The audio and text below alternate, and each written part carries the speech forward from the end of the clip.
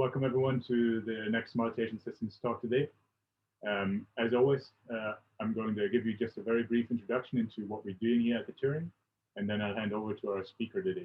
So my name is Stefano Albrecht, the University of Edinburgh, and I jointly organize these meetings with Michael Woolridge from Oxford University. So we set up this Imitation Systems special interest group, and we organize a few activities to try and create sort of a national meeting platform for people working in multi-agent systems research. So just a very brief introduction. We started off with a symposium that we organized and held in February last year, just before everything went down. We were very lucky that this still happened. It was just before everything crashed down. And there was a very good turnout. We had about 100 people or so show up from lots of labs in the UK and in Ireland as well. And basically just talking about the various multi-agent systems kind of research activities that take place at universities and defense and industry. And there's a URL here which gives you some more info. But basically, shortly after this, we created this special interest group, and there's 3 things we're doing. We organized this one symposium, and we'd like to do this again once the circumstances allow us to do that. But in the meantime, we're organizing these multi-agent systems talk sort of as a bridge where we bring to give lab PIs the opportunity to talk about the multi-agent systems research they're doing.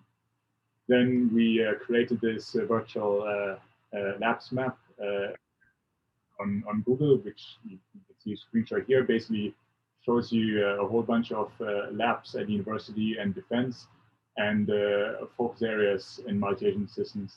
You get other extra information like who's the PI and what are the websites. If you have a lab that's not listed here and you'd like to be listed, please send an email to myself and Mike Woolridge, and we'll happily add you to this as well.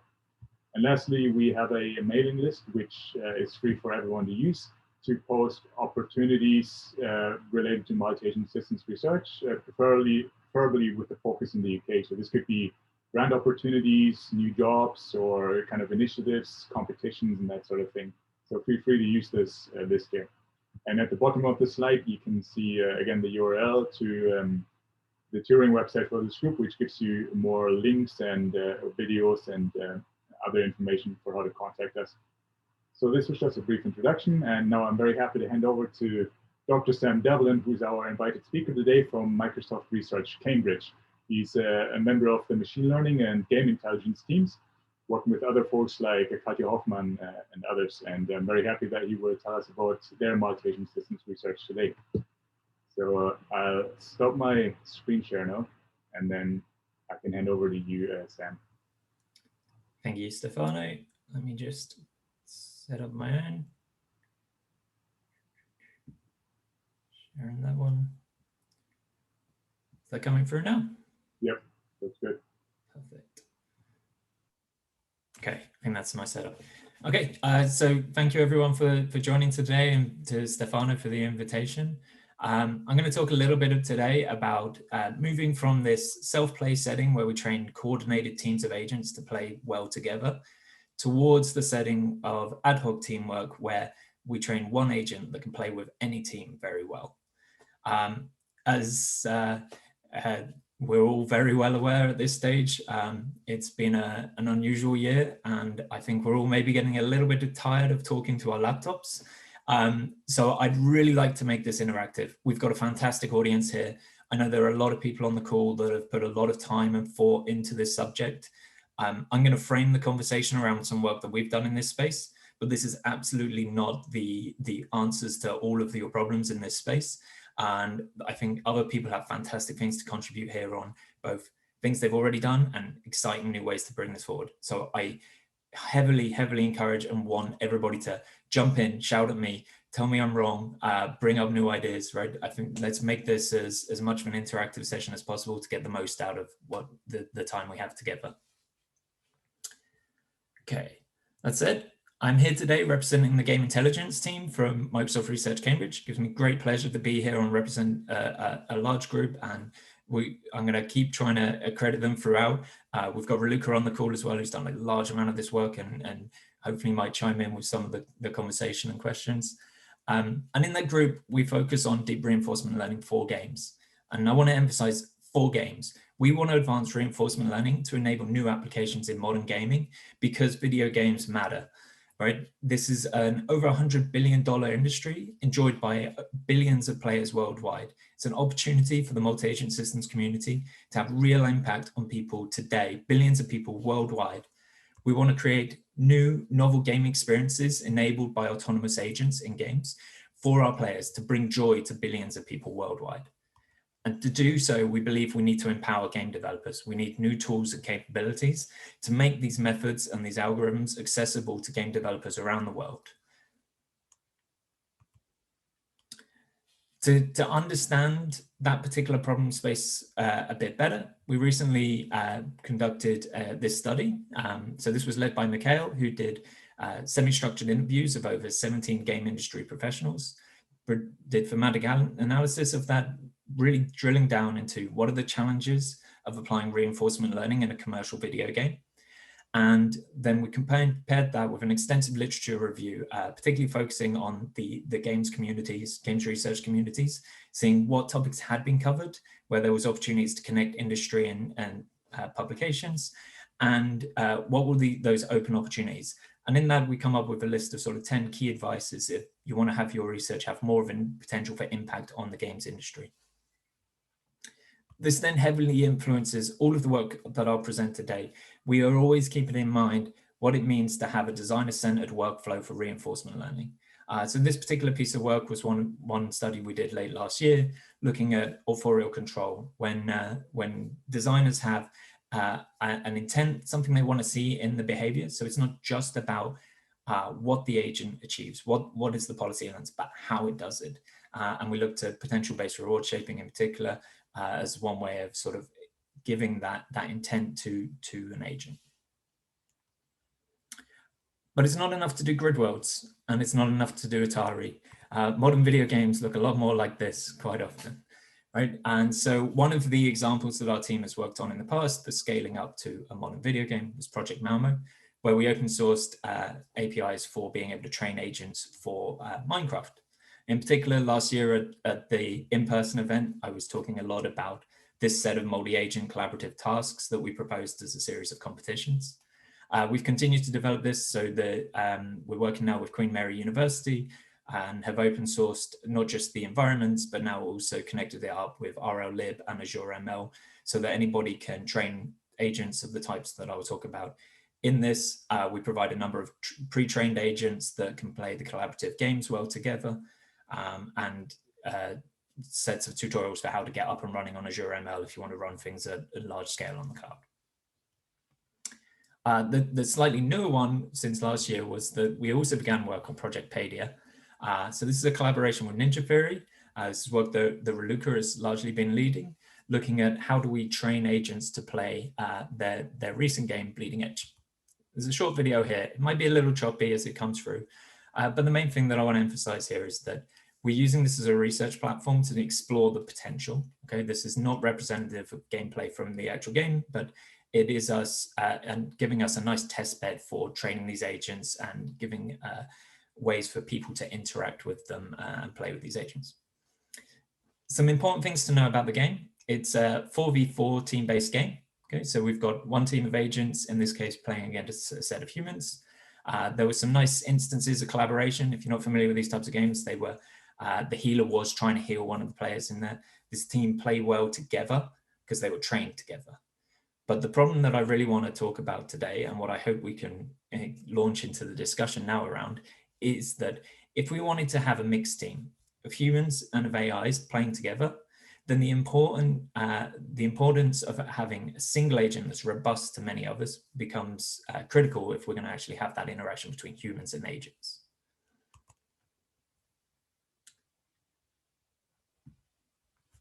So, not sure why some of the controls are coming up, but hopefully you can still see the slides good.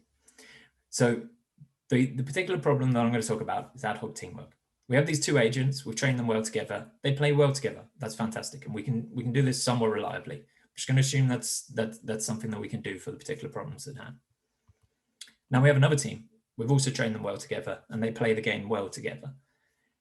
The problem at the moment is that if we're using deep reinforcement learning for these types of approaches, typically, if we take two agents that are trained well together and we put them on the same team, they don't play well together. In fact, it goes further. We've seen this repeatedly, both in the Minecraft competition and in the literature elsewhere, that even if they are two instances of the same agent that have been trained on separate training runs, they might not play well together, right? Different random seeds can lead to these agents learning different policies that are representative of different equilibria, and those equilibria are incompatible, so those agents don't play well together. This problem, I believe, was originally proposed by Peter Stone and colleagues in a AAAI 2010 challenge paper. And just to make it a little bit more formal for some of the people on call, essentially what we're doing is we're extending the normal multi-agent MDP objective, where we're trying to learn policies for all agents to maximize a given team reward. So everybody's getting the same reward. And instead, we're introducing an expectation over the other possible agents. One of the things I found really interesting thinking about this more formally is that this isn't a multi-agent learning problem. This is a single agent learning problem in a multi-agent system, right? We can use all of these great tools that have shown great success in learning single agent policies in complex environments recently, and we can apply them to this.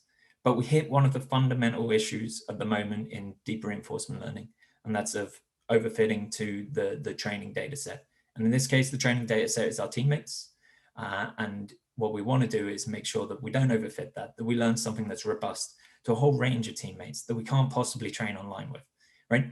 Ultimately, we want to put this in front of players worldwide who are not going to spend 10 billion episodes playing with your agent, waiting for it to be a fun experience, right? They need to be able to quickly recognize online the sort of style that a person is playing in and adapt to that. Okay, so I don't want to pause there. Any questions about the problem setting?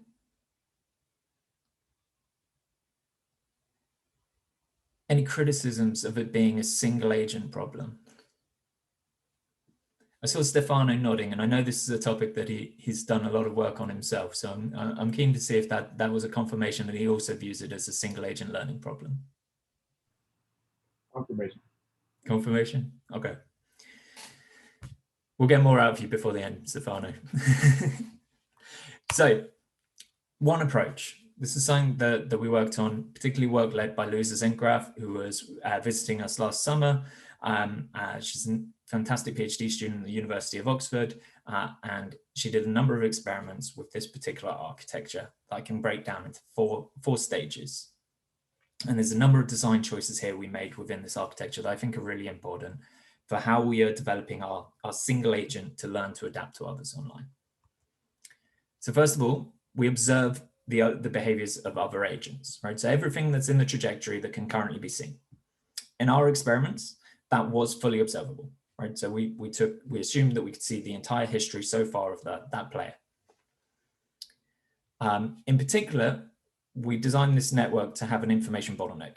And those that saw my talk last year will see that a connection here with the work that I presented there, where Max Igel, who was visiting us at the time, did some excellent work around how variational information bottlenecks improve generalization in deep reinforcement learning. That work was a NeurIPS 2019. And we saw that pattern here again, that having this bottleneck within our network allowed for better generalization, this time over other agents. Second, from that compressed representation, we tried to predict the future actions of the other agents that are in the environment. Again, there's some assumptions here. So we factored per agent, right? So we're only trying to make predictions of each individual action for the other agents. Now, this is privileged data that we only assume is available at training time, right? So that's used to calculate our loss so that we can train this representation, but it's not used at test time, right? That's both, it's not used at test time, we're not assuming that we can see the actions of other agents at test. We're also not using those predictions, right? We don't base our policy off those predictions. They could be very inaccurate, particularly as we've taken this simplifying assumption that there's no interaction between the agents and we've had that factored prediction. So we're absolutely not using these predictions, but instead using the signal that we get from trying to predict them to learn a better representation of those agents. And in particular, that's here. So it's summarized by what we tried to capture here is the play style that we consider constant for a particular player throughout the time that they're playing the game, and the mindset, which might change moment to moment, right? So this is done via a hierarchical architecture, one that is getting sampled once per episode and one that's getting sampled every time set, okay? And the point there is that whilst you might be of a particular playstyle, there might be other factors that we need to track during the game. So there might be representative of a particular type of playstyle, or there might be incidents within the game which cause you to change your behavior. So we want to capture that with those. And finally, we condition our policy on those beliefs over the other agents, okay? Again, not on the predicted actions, but instead on this intermediate representation that we've learned about the other agents. This is a variational model, so we have some concept here of this tracking a belief over the other agents. And so we have a capture of uncertainty about what we believe about those other agents. And so conditioning our policy on this allows the policy to learn such things as, I don't know enough about this player. I want to take specific actions that help me to gain more information about them, what their style is. Or if they're in a particular situation that's critical for the success of the team, they might choose to ignore that uncertainty and just act because it's critical for the success of the team to do so at this time. And that's the overall architecture. This is the agent that we're going to train in all of these examples coming up. Any questions about the architecture here or some of the assumptions we've made? Hey, hi. Actually, I have a question. Yep. So thank you for the talk until now. Basically, my question is about the types and like play styles and mindsets. When you say it, you just assuming like template types to represent the agents, or it's like the self-learning, you're observing the states. What do you mean? Yes. It's a great question, and it is part of me trying to summarize and communicate the intention of the architecture choice rather than something that's concretely there, right? So the concrete thing that's there is that we sample one of these variables once per episode, and we sample the other one per time step. Our intention was that captures play style and mindset. This was heavily influenced by the machine theory of mind paper that was around about 3-4 years ago, but there's no explicit signal that says this is a play style or this is a mindset. The only explicit label that's taken is what are the low-level actions that the other agents are taking in that state. I see. So your theory can work without like the pre-learning needed that set. Like we don't need like to stable the types or how the agent should act or behave over like basic template, right? Because I think the theory of mind I was suggesting is like from Rabinow's, like you just like observe and try to approach the policy and move on. But in this case here, you are just like assuming that we have like M types to represent the agents, and we just like take normal or maybe the high probability type to represent it and choose your own action for the further stages, right? Yeah. So that's absolutely a key difference between the machine theory and Minder paper. It's important to, so they only looked at the sort of observation setting. We've explored two routes for training this. One is that we can train that part of the architecture offline via like a batch data set of people playing together, for instance, or we can train it online whilst we're learning RL policies in a population of agents playing together. So the key difference there is that interaction. Whether we do it batch pre-training of the predictive network there and to learn the representation, or online, that's an optional choice. Yeah, really cool. Yeah, thanks for the question. It's good to get some chat going. No. Okay, so one of the games that we did look at in here, right, we do use grid worlds, we do use smaller games. They're a good way of sort of testing our ideas out quickly and figuring out where certain architectures or agents actually exhibit the types of behavior that we want to see. So in particular in this one, we took a little coin game. These two agents need to take coins to the banks. The blue coins need to go to the blue banks. The red coins need to go to the red banks. We are only training the one agent that is having the little thought bubble. The other agent is a set of policies that we can't observe, right? Some of them are going to prefer particular coins. Some of them are going to prefer always taking the coin that's closest to them, shortest path, this sort of thing. But there's a set of them that we need to be able to play well with. And so we trained our agent, which is Melba here, and compare against a number of different approaches. So first of all, the gray dashed line at the bottom is just a simple feed-forward network that's just trying to learn a best response to the average of all of the agents that it's trained with, right? Doesn't do very well, has to learn a safe policy, no adaptivity to other agents in the environment. The next one we compare against here is RL squared, a previous meta-learning approach, which uses a recurrent policy. Here, RL squared is trying to compress everything it's seen about the other agent using that recurrent network, and then that policy is dependent on that. So it has some ability to adapt to what it's seen of the other agent so far. Finally, our approach, Melba and -M, I believe was with one of our ablations where we took out the hierarchy. In this game, it wasn't important, but we see a significant improvement on its ability at test time to perform well with this set of agents. Additionally, we look at the representation and what has been learned. So once we've trained this, we froze the weights of the predictive network, and we try to predict at various stages throughout training from that intermediate representation, what was the agent that we were playing with. So here we do use the explicit label, the fact that we know in this environment, we've created this set of other agents to train with. We use that to train this predictive model that's just off of that intermediate representation. With RL squared, it's after the recurrent layer. With our approach, it's the play style and mindset, and we try and predict who we're playing with. And here we can see that after training, that the information that's been compressed into that intermediate representation is sufficient to accurately predict who you're playing with, right? It's saved enough information to know precisely what policy it's playing with. Whereas with RL squared, there's still some inaccuracy. So that policy is going to be isn't best responding necessarily to the precise agent that it's playing with. And so here's a little bit of a stopping point. So this was our paper on Amos on this. This was a first piece of work around this architecture and exploration. We did make some big assumptions here. We assumed that we had the set of agents to train with. And so one of the big questions as we move forwards, particularly when we look at a game where we don't know all the ways that a person might play it, we need to think about what is that set of agents that we want to train our agent with.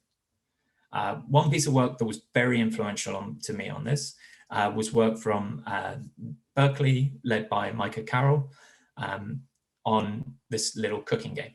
Okay? And in particular, one of the things that they showed here was that when agents are trained in self-play and then deployed with humans, they often don't play well with humans, right? They've got stuck in one equilibria. They only know that one equilibria. And if they're put online with human players, they don't adapt to them. So on the far left, you see a human trying to play with a self-play agent, right? The self-play agent plays fantastically when it's with the other partner that it expects to play with. But when it plays with a human, they get into these states that the self-play agent never saw in training, and it doesn't know what to do. They refer to it as it stubbornly colliding with the human until the human fits in with its equilibrium. This is absolutely not what we want in a playful setting, right? In the playful setting, it is not, we don't want our players to adapt to the AI. We want the AI to adapt to our players so that they work at empowering the players to do more in the game. The two examples on the right show a much more coordinated situation, right? The human player is moving where they want to, and the agent is responding to what the human is doing. The only difference here is that agent was trained instead with imitation learn agent of human play. So they took a lot of data from humans playing the game, performed imitation learning to get an agent that plays like the humans, and then they trained their agent with that. And then that's the one that then plays nicely with humans. So taking inspiration from this, we're thinking a lot about what is that set of agents that could represent the diverse ways that humans play this game. I like this work so much. I flew to Berkeley and we started the collaboration with Micah and Anka's group. Micah's actually visiting us this year and this summer at the moment in Cambridge. And we did one piece of work over the last year through the fun of remoteness. looking at particularly how do we evaluate these agents, right? How do we look at what's the right test set? And in particular, one of the things that we emphasize in this paper, the same as we did in the previous paper, right? So this is a critique of our own work. If we just look at average reward curves, we miss really critical situations, right? Those edge cases that that can get smoothed out on those reward curves matter a lot in this setting, right? The human players will often push these agents out of distribution, out of the training distribution, particularly if they're playing under self-play. And those edge cases are very important, particularly when we consider player experience, right? If an agent plays well the vast majority of the time, but makes one dumb mistake that players hit upon, it only takes one really dumb mistake to ruin the player experience outright. And so we want to catch those edge cases. For me, again, this is a nice example of the positive interaction of working with game studios, right? This is unit testing for agents. This is unit testing that happens all the time in the games industry and in most software engineering practices, right? We should be unit testing. We should be considering those edge cases. We need to think about the rare opportunities that have very high weight and impact on how our agents are perceived or how well they can play with other people. So that got us thinking a lot about evaluation and leads me to the next paper I want to talk about. Any questions so far on some of the games that we've seen so far? It sounds a lot like the assumptions when people meet, in a way. Like you see somebody, look at their actions, and then assume a stereotype that would fit them. Mm-hmm. Kind of that's what the AI does. It has these pre-learned stereotypes that it tries to apply to the other agents. And so you said something there that I am very conscious of and wonder about the ethical implications of it, right? Because they are stereotyping, right? They're jumping to, they're observing what they can and then trying to cast people into what it's seen previously. So longer term, one of the things that I think is absolutely critical is that we don't deploy this trained policy that just best responds to what it observes so far as the play style and mindset, but continuously adapts, right? So I think I hope, and I need to give this more careful thought, but I hope that it's okay that we jump to those conclusions so we can quickly get a good response to a person.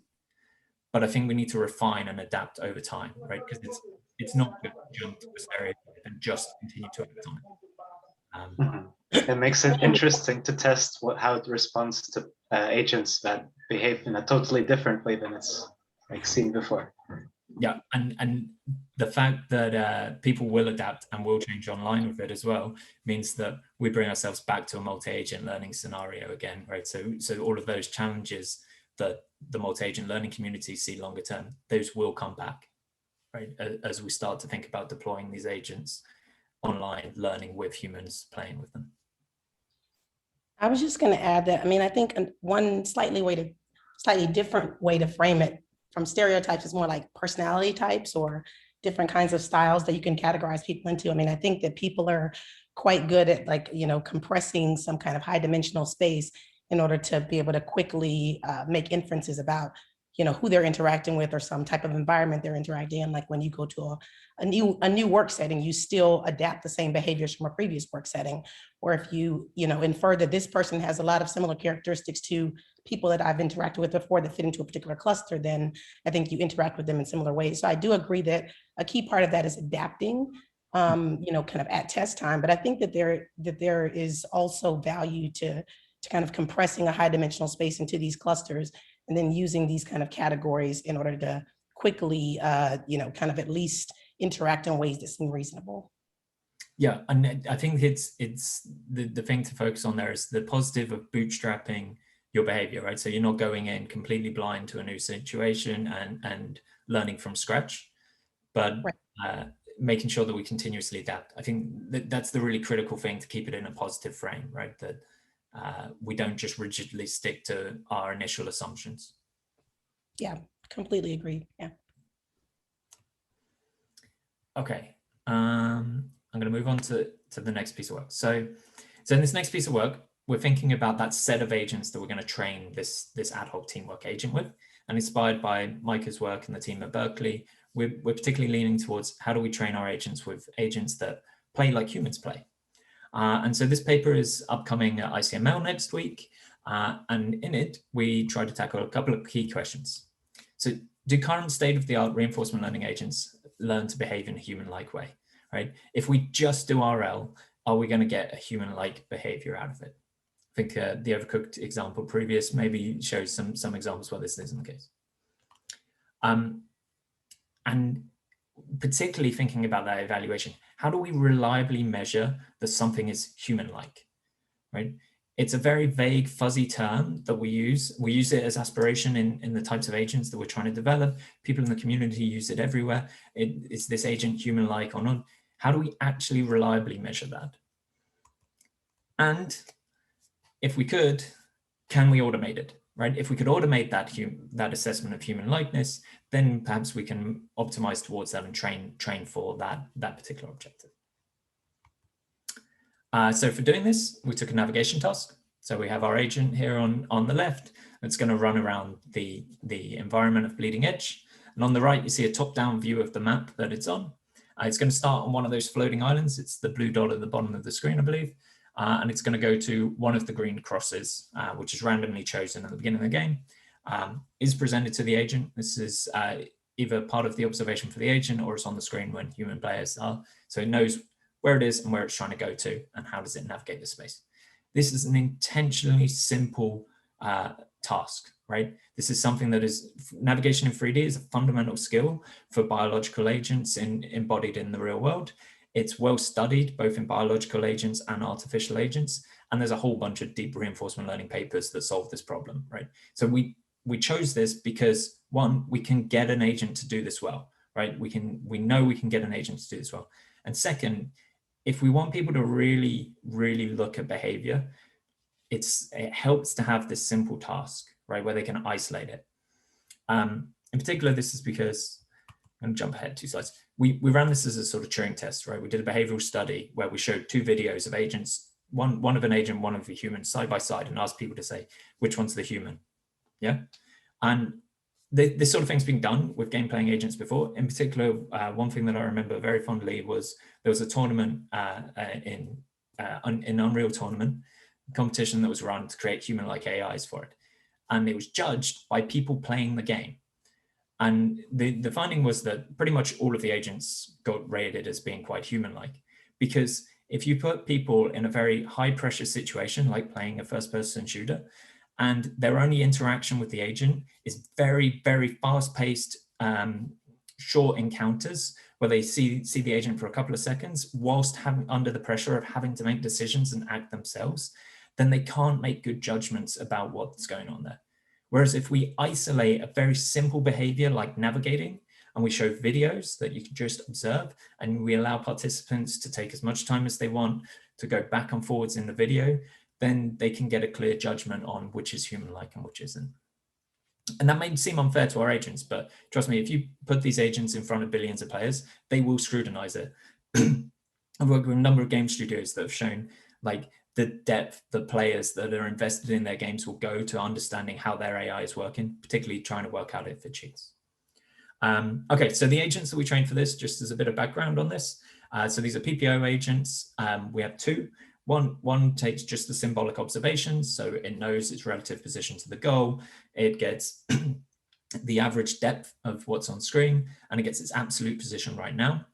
And then we had a hybrid agent that was inspired by this paper from Ubisoft at the NeurIPS workshop last year, which also takes in the depth channel as an image, goes through some convolutional layers to pick the agent. Our hypothesis here was that a more human-like observation would lead to more human-like behavior emerging from the agent. I'm going to mute and take some water, but whilst I do, I want to just show these 2 videos, and then I'm going to pick on someone randomly from the audience to tell me which one is the human.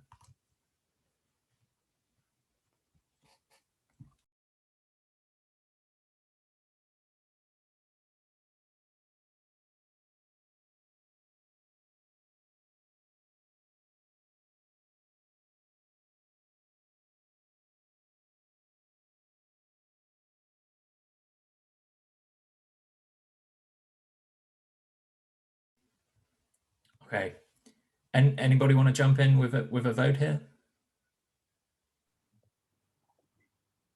I think the right guy is the machine. Okay. Anybody want to bet against Stefano?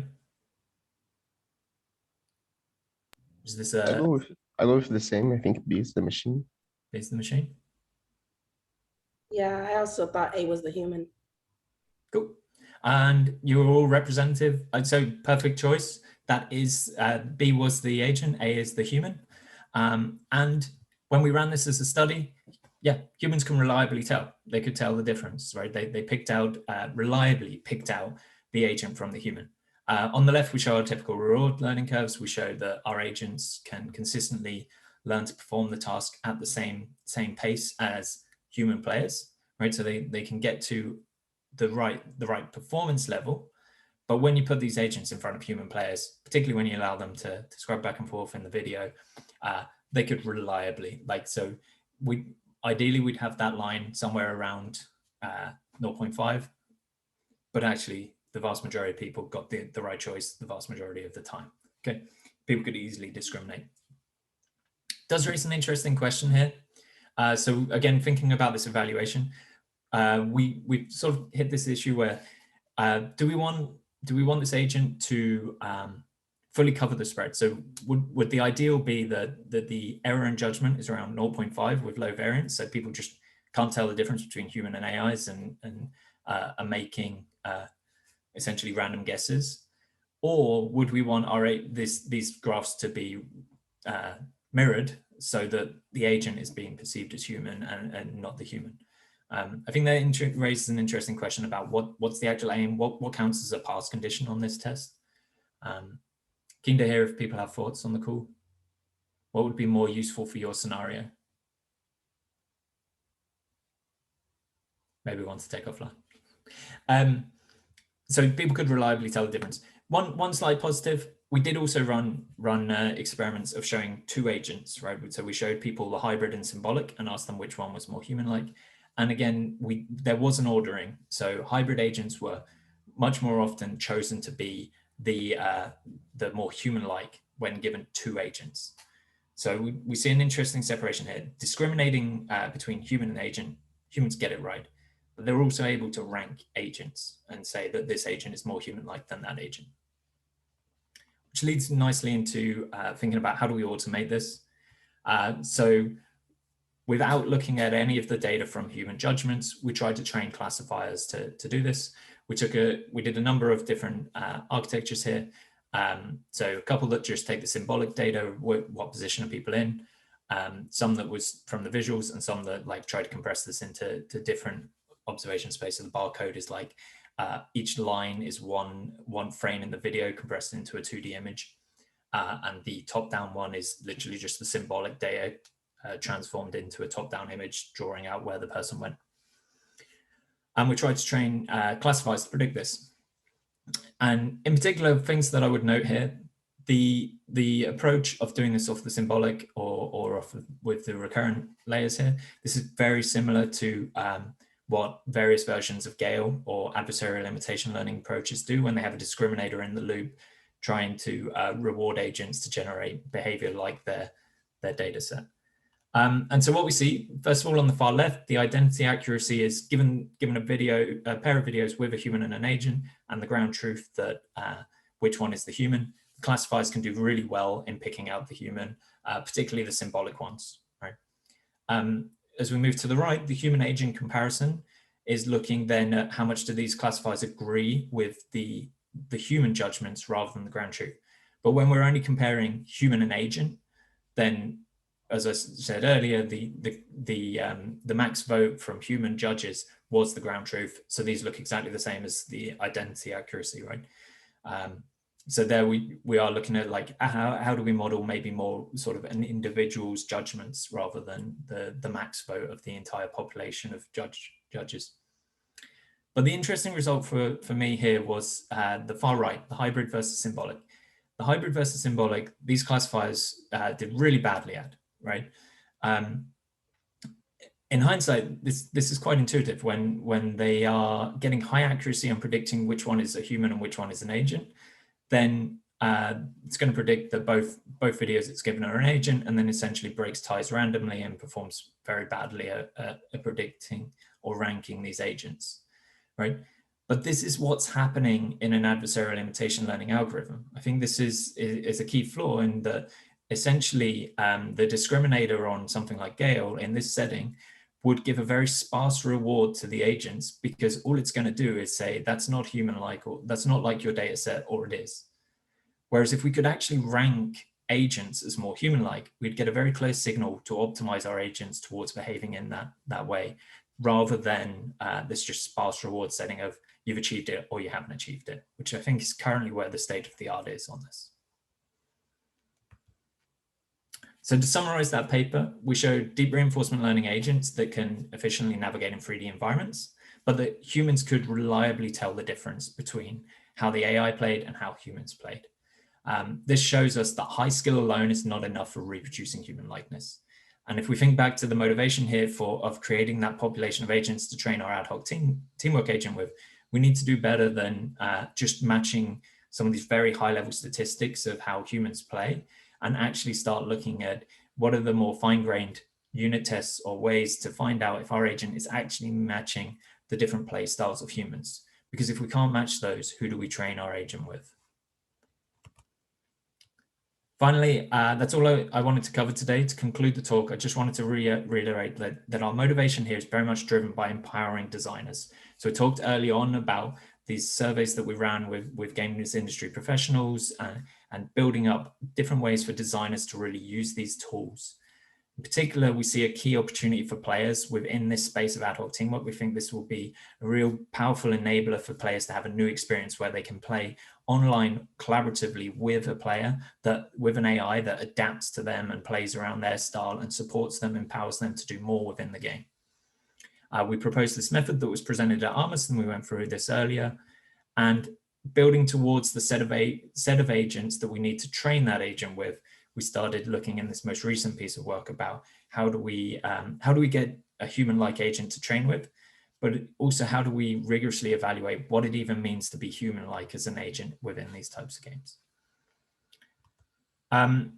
This is just a snippet. Like I said, this is a bunch of things that I'm really interested in within this space. The team have been doing so much more. If you check out the link at the top of the page, you'll see a whole bunch of other publications and links to opportunities on the team's news coverage of some of the stuff that we've been doing.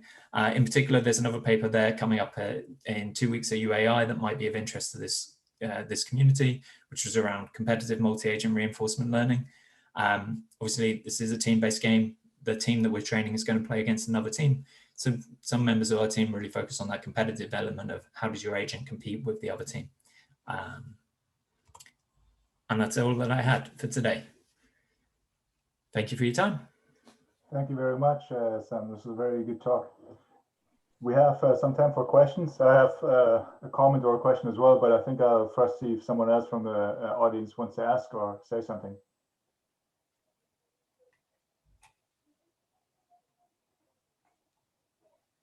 Okay, maybe I'll start myself. Sam, can you hear me okay? Yep.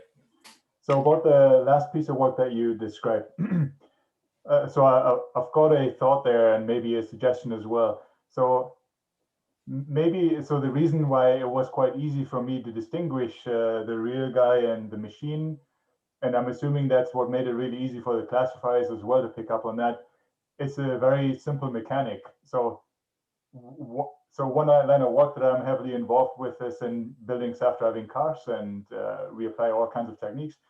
And what I saw in the video when you showed the machine is something you see when you naively apply deep RL to control a vehicle. You see this a lot, right? So this still gives you a high reward if all it takes is just to reach a place and you don't care about collisions or smoothness of the path. But it's very revealing because a human would never navigate like this, right? And so I just had to look left, there was a smooth path, and look right, and there was the jittering. It was clear to me that was the agent because a human would never do that. I'm assuming your classifiers quickly picked up on that as well. So my hypothesis is if you repeated that experiment, but just to put in a little bit more effort into smoothing out the trajectory for the agent, and there's a lot of ways in which you can do that, I think your results would probably look very different. What do you think about that? Yeah, so smoothing does help. That's one thing. I would counter that I wouldn't assume that humans don't do this in this case. So the self-driving car, I think that's a great example. We see this in other situations, right? That this wiggle can be very telling, particularly if an agent just sees it like all of these actions are valued the same, so we need to smooth it. Completely agree with that. Whilst that might have been the case that particular human was very smooth in their movement, a lot of them aren't. And so it isn't quite as clear cut as that in this particular data set. I think for that particular question, it was the right thing to pick up on. And it is a common thing that people picked up. So we also had in the study, people rate their uncertainty and give, there was like a free text input on their reasoning. And that was definitely a reason that got picked up on. But yeah, just smoothing it wasn't sufficient to master judgments, because some people also play in a more jittery style. So you did try that? You used some technique to smooth out the agent trajectory, and then you asked the guys again? I don't think we ran a full study. Raluca, do you remember experiments on this one? We did actually, yeah, afterwards. And we ran a separate study, but that's still under review. Okay. Okay, well, I'd like to know if you got very different results from this. So for example, one thing you could do very easily is just use, rather than low-level controls, you could use a macro action, right? That gives you a smoothed out navigation path from whatever, A to B. And then you can use, I don't know, some kind of controller to track that path. And not only does it simplify the RL problem because it reduces the search space, but it also makes the trajectory smoother. Sam, maybe we can follow up on this at a later point, but I'd actually like to see what you guys found out after the new experiments.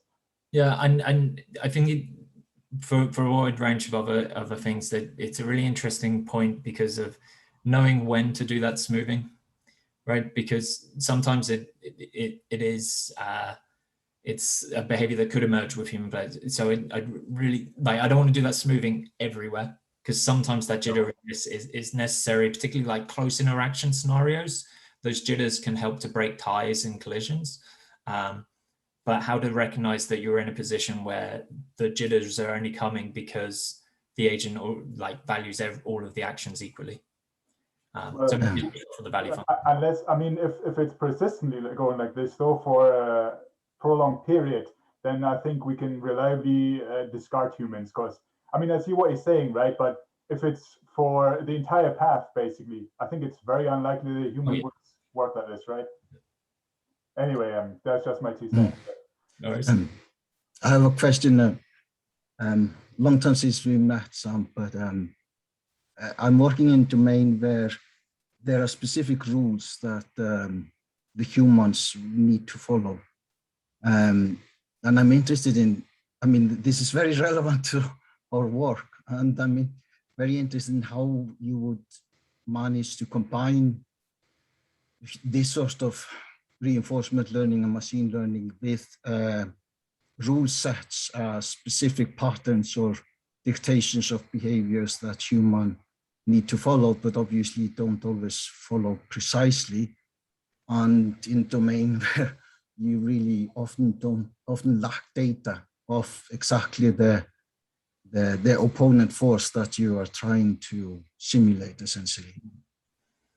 Yeah, and if there's those specific, particularly if you're in a low data regime, then things that immediately come to mind would be to put this into a Bayesian setting, use the rules as a prior, and then use whatever limited data set that you have to update that prior towards what are the instances where the rules are being broken. Maybe that's a good way to get a policy that you can train with relatively cheaply, right? So the prior is essentially if those rules are sufficient to specify an entire policy. If it's not, then I would be looking at maybe this being a hard constraint on the RL policy that you're trying to learn. So you'd have the rules as a hard constraint that in this situation, we follow this, we learn a policy that fills in the gaps, and then we try and imitate towards whatever data we have for when those rules get broken. Thanks, that sounds very sensible. I have a question. Can you hear me, Sam? Yep, go ahead. Very interesting. I really apologize. I'm embarrassed. My video isn't working today. Not a problem at all. Next time you'll be able to see me. So my question, I suppose, and suppose, observation is you started off by saying that you were training one agent to play with any team. Yep. And you showed a fighting game. Now, I'm just floating ideas. Oxford, Cambridge, all these American universities are filled with different sports. I think style of play with sports could be useful on a number of levels. Not least, we have huge amounts of scientific data on why does Tiger Woods whack a ball so hard? Who are the best baseball players? Why are Barcelona players playing in a triangle?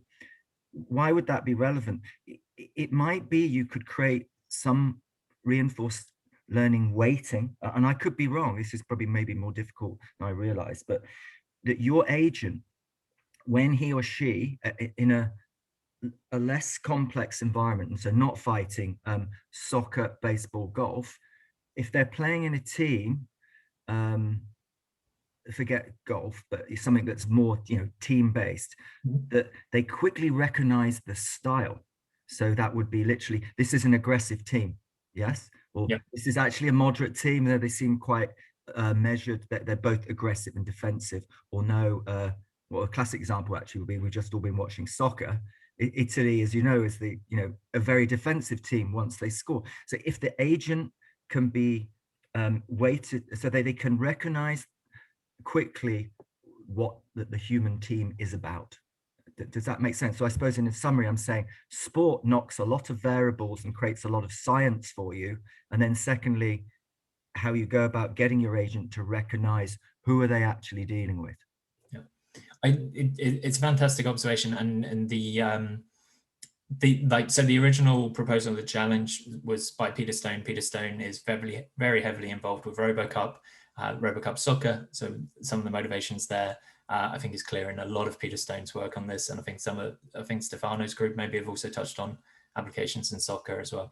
And one of the examples they use as a go-to is basketball games. Pickup basketball games they use in the original paper as an example of where humans can just join a team and play in this stuff.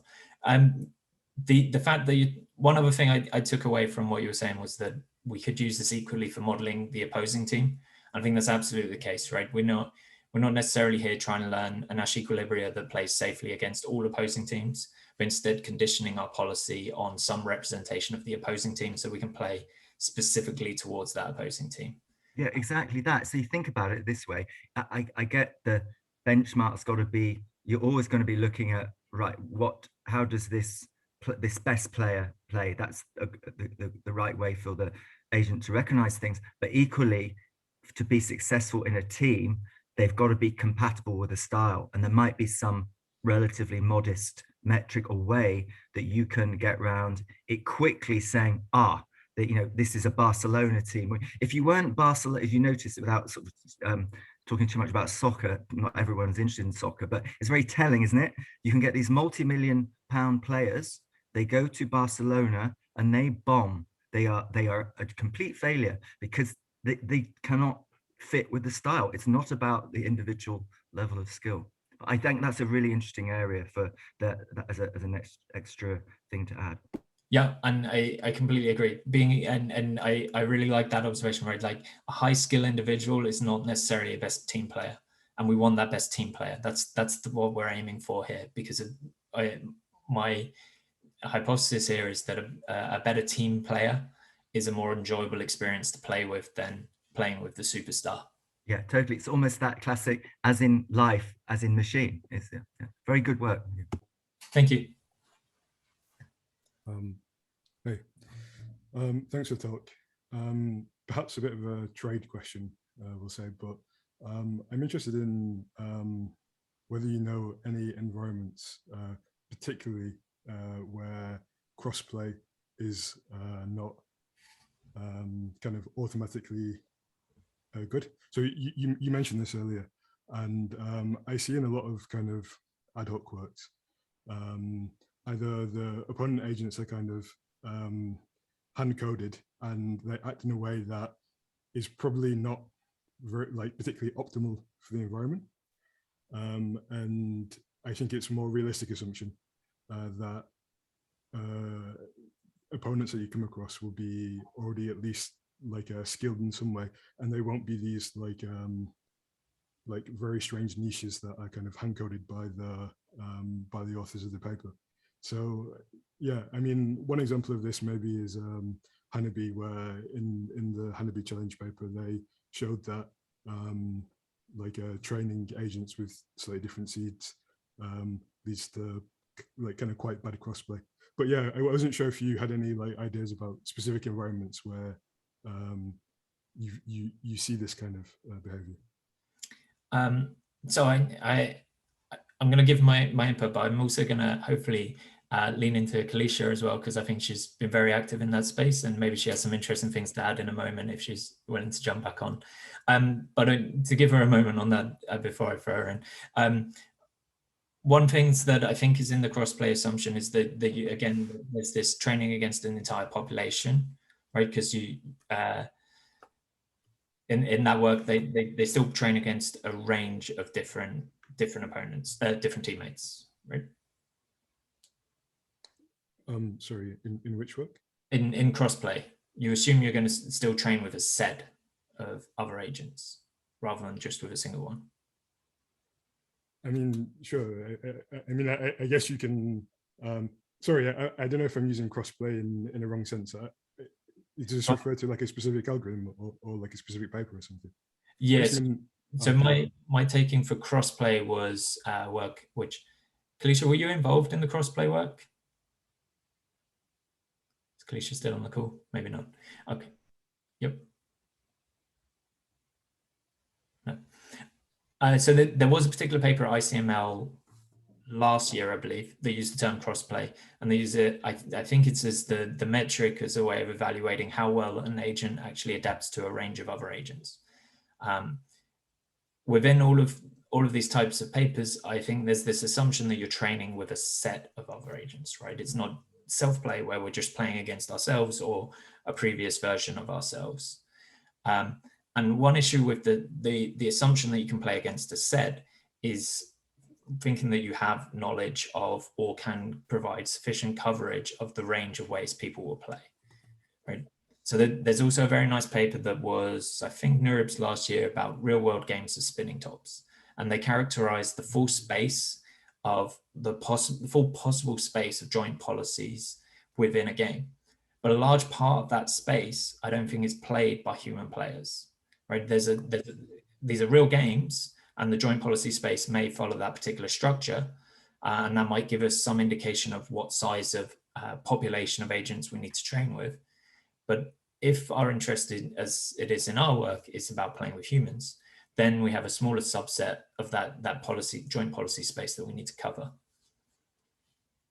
Yeah, sure. So I guess my kind of thought here is different games have got these kind of different sets of feasible strategies. So not all strategies in the game are good. Like some strategies are just kind of obviously terrible, and you wouldn't expect any kind of skilled agent that you come across to do this. And perhaps within that larger set of feasible policies, there's what you're interested in, which is the set of feasible human policies, which are policies that humans play that are also good. Yeah, and kind of my question, because a lot of games seem like especially more simple games, seem like the space is quite restricted of feasible policies. Like maybe they're intuitively, and I haven't done so much investigation into this empirically, but intuitively in some games you would expect like there are only a few good strategies, and such that the ad hoc kind of coordination problem isn't that difficult because you only need to have encountered agents from one of these few strategies before in order to kind of be able to adapt to them. Whereas in some games where there's a huge set of feasible policies, something like Hanabi, then kind of online ad hoc adaptation is much more important. And that's a kind of, I mean, maybe our interests aren't so aligned here, and so this is not something you have kind of considered so much, but I'm kind of interested in those games where, well, to some extent, where there is this large set of feasible strategies, and ideally ones that are quite simple. Yeah, and I think that's a fantastic observation, and it's something that we see in a game of this complexity. But really, to study it, you want the simplest possible game which demonstrates this, right? And so what you're describing to me sounds like an equilibrium selection problem, right? Where and that's essentially what's at the core, I think, of this ad hoc teamwork problem, is that we want agents to coordinate on which equilibrium potentially other players are playing, or and so forth. I definitely would recommend that cross-play paper at ICML last year, which is, I know Jacob Forrester was involved in it. I think it was some of his colleagues at Facebook. So I definitely recommend that, because in it, they use, I think, what they refer to as, it's not a lemonade game, but they have a very small, like, one-step decision game, which is, it isolates that equilibrium selection problem. So there's like 10 levers. It's a lever game, they call it, I think. There's 10 levers that we can choose from. They all look identical. If you train agents in self-play, they will randomly break that tie and both pull the same arm and get a high reward. But if you play with a population of people, then there's no way to guess which one they're going to do without, like, trying to infer it from any history with them. So I think that lever game is a really nice way to isolate this equilibrium selection problem without having to run something on the complexity, like the full complexity of Bleeding Edge, which is very slow and costly to run and train at scale. So yeah, I'd recommend that ICML paper from last year. Okay, thanks. I'll take a look into that. Yeah, thanks for your answer. Hi, I have another question. Oh, sorry. Are we out of time? Arash, go ahead. Yeah, one more question, okay? Okay, sure. I have a question about, like, what happens in the off chance that we need to interact with some agents which play style we've never observed before. Like, what do you think should we do under those cases? Would it be helpful if we rather resort to some sort of algorithm that does replanning in order to, like, replan our actions, rather than a model-free algorithm that kind of just computes our policies or value functions, and maybe use some model-based reinforcement learning algorithms? So replanning would be one route around it, but I think the main thing is that you need to adapt online towards them. The other angle to it, I think, is that, and again, my thinking around this has very much been around what's that population of agents that we need to train with. And so linking back to the last question, the thing I liked about the real world of Spinning Tops paper is it showed, like, the possible maximum upper bound size of the population to cover the space. But for our work, what we're interested in is that joint policy space of human play. And so what I want to ideally be able to do is extract what are representative play styles. Like, can we find the extremes of different play styles and train our agent with that, so that it has the ability to interpolate between new policies that when it sees them online.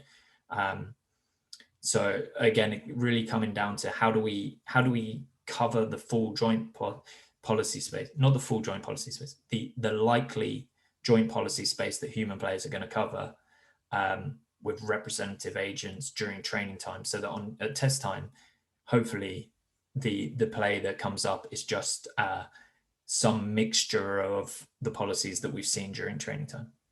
If they're not, and players are creative, players will come up with all sorts of things.